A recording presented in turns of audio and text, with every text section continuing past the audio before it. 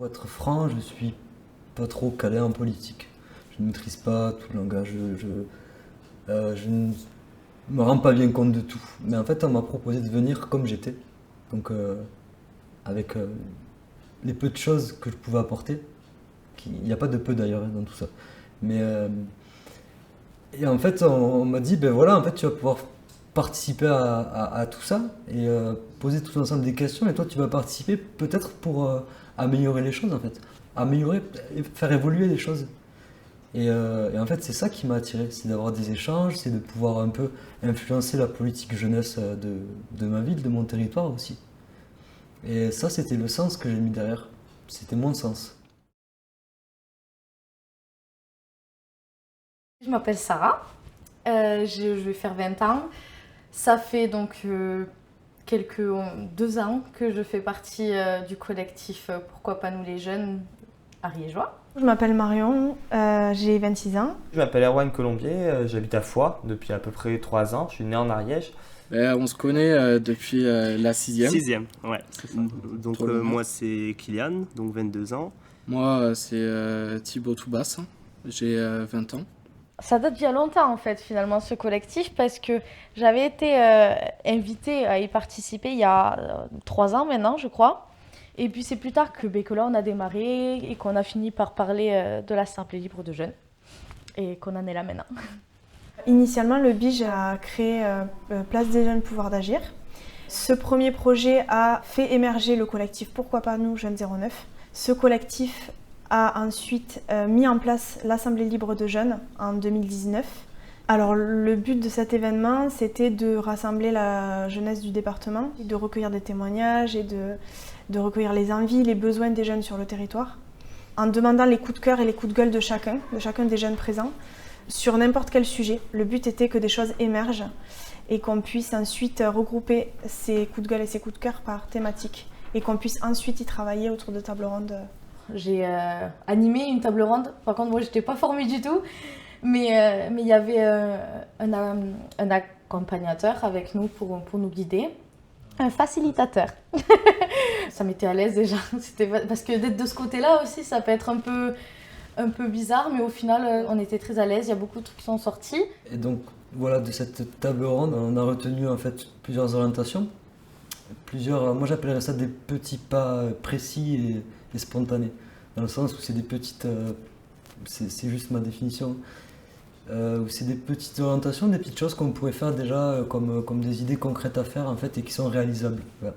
C'est vrai qu'on a pu tirer des idées réalisables, avec du travail certes, mais réalisables, qui pourraient un peu lancer une certaine dynamique. Au final, la démarche qui m'a quand même plu dans ce projet, c'est le fait de pouvoir exprimer nos opinions en fait. Moi, je me suis investie dans le collectif parce que j'avais envie de partager des choses, d'apprendre de nouvelles choses aussi de chacun, de faire des rencontres. C'était une curiosité de voir aussi ce qui est possible et aussi de me voir si ça me tentait de pousser quelque chose là-dedans. Là, c'était la première fois où je me disais peut-être que ça vaut le coup d'essayer. Peut-être que ça peut aboutir. C'est un moment qui est divisé de plein d'individus qui se groupent pour avancer ensemble. C'est un projet. C'est un...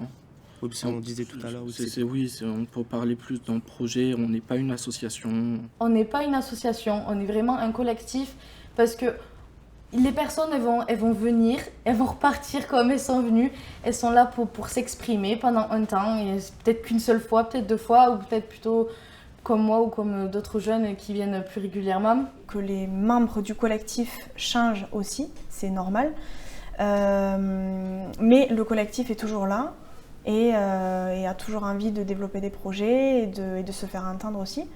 La table ronde, je connaissais pas du tout le principe. On me l'avait expliqué, je crois, une semaine à l'avance avant que ça se passe. Donc c'était encore tout frais pour moi. Et donc une semaine après, hop, je débarque, table ronde. Qu'est-ce que c'est ? Du coup, je découvre et franchement, ça s'est super bien passé, je trouve. L'organisation avait bien été prévue quand même.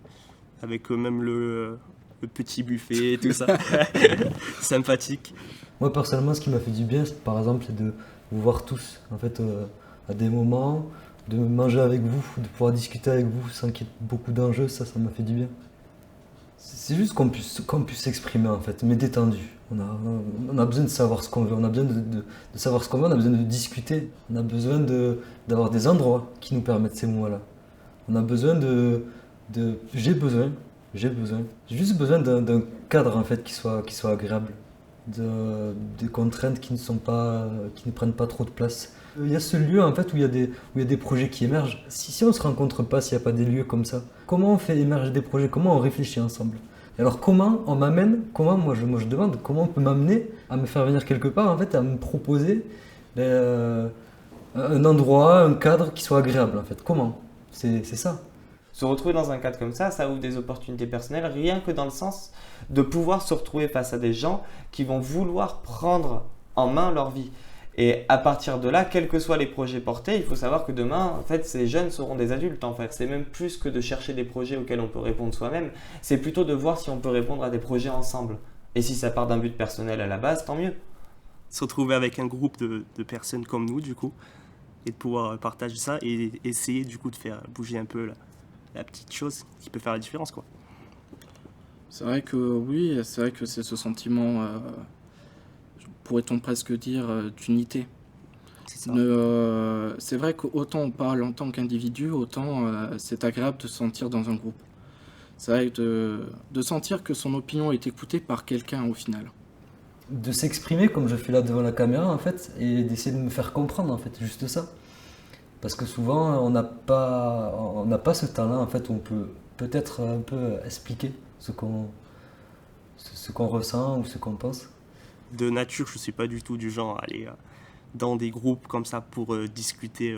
Je vais être la personne qui va rester chez soi. Ça a changé pas mal de choses sur ce point-là. Ce serait même un apprentissage de vie, on pourrait dire, qu'une assemblée comme celle-ci, parce que tout le monde n'avait pas du tout le même positionnement. Il y a des gens qui sont déjà dans une plus grande autonomie et d'autres personnes ont dû découvrir dans des jeunes un endroit dans lequel ils ont pu s'épanouir, dans lequel ils ont pu communiquer. C'est une prise de confiance pour évoluer. Donc de laisser une place aux jeunes, c'est en fait laisser la place à cette région de se développer, avec cette jeunesse qui se développe aussi. Je pense que j'ai pris un peu un rôle d'acteur, même si c'était un petit niveau. Mais au final, je donnais quelque chose à ce territoire.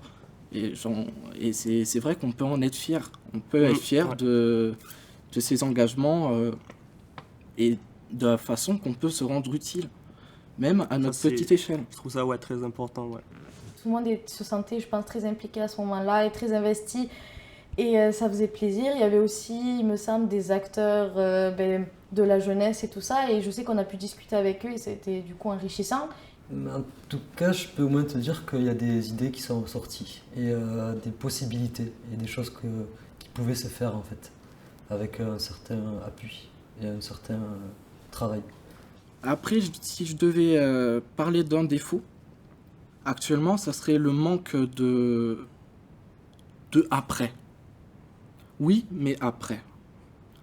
On ne peut pas porter tous les projets qui sont sortis, nous, de nos bras, parce qu'on est étudiant à côté ou alors on travaille. On n'a pas les moyens d'agir réellement sur le territoire. C'est vrai qu'on peut parler, on peut discuter, on peut envisager, mais tant que derrière on n'a pas un support, un appui, tout ce qui pourrait être dit, tous ces points de vue, toutes ces discussions, elles pourraient être qu'un coup d'épée dans l'eau. Et c'est vrai que ça, c'est peut-être le seul point négatif que je vois dans ce projet, mais c'est quelque chose qui peut être réglé. Quelque part, ça permet de voir qu'il y a des choses à faire encore et qu'il faut continuer dans cette voie-là. Qu'elle ait apporté quelque chose de concret ou pas, oui, elle a apporté quelque chose dans le sens qu'elle a fonctionné, que ça a été dans l'écoute, dans l'entente, que ça ait eu un bon impact. Il y a eu un énorme temps d'échange qui, bien que improductif dans la matière, a été productif dans le sens que tout le monde a pu être entendu, ce qui en soi est exceptionnel. Et en fait, c'est un peu comme un terreau fertile. Si jamais on plante une graine dans un terreau fertile, ça pousse. Mais si on met pas de graine, ça pousse pas en fait, qu'importe. C'est-à-dire que les jeunes, au jour d'aujourd'hui, je pense qu'ils ont plein de graines à offrir, mais ils n'ont aucunement l'impression d'avoir une réponse en face qui leur permet de faire ça. Si jamais ce mouvement est lancé, si jamais on laisse une place aux jeunes, eh ben ça se fera de fil en aiguille naturellement. Et la volonté reviendra de faire des projets qui seront au final même plus portés à la fin, je pense, par des soutiens d'État, mais qui seront portés par les jeunes eux-mêmes, qui se donneront eux-mêmes les moyens. Si on arrive à faire ressortir des choses positives, j'espère, à créer peut-être des liens entre les acteurs du pays ariégeois, on va dire, et les jeunes. Peut-être que ça sera plus simple pour les générations futures et qu'on pourra vraiment tous travailler ensemble. C'est un peu mon idéal. En tant que jeune de cette société, il me faut une place. Et il faut de la place aussi aux autres jeunes. Il faut de la place pour tout le monde en fait. On ne nous donne pas l'occasion de prendre cette place en fait. Ou alors on nous la donne, mais peut-être pas de la bonne manière. Et donc je retiens qu'un jour, il y a un groupe de jeunes qui s'est rencontré, qui a essayé de communiquer, voilà, en fait, de communiquer sur ses besoins, sur ses envies, sur des idées, sur des intentions.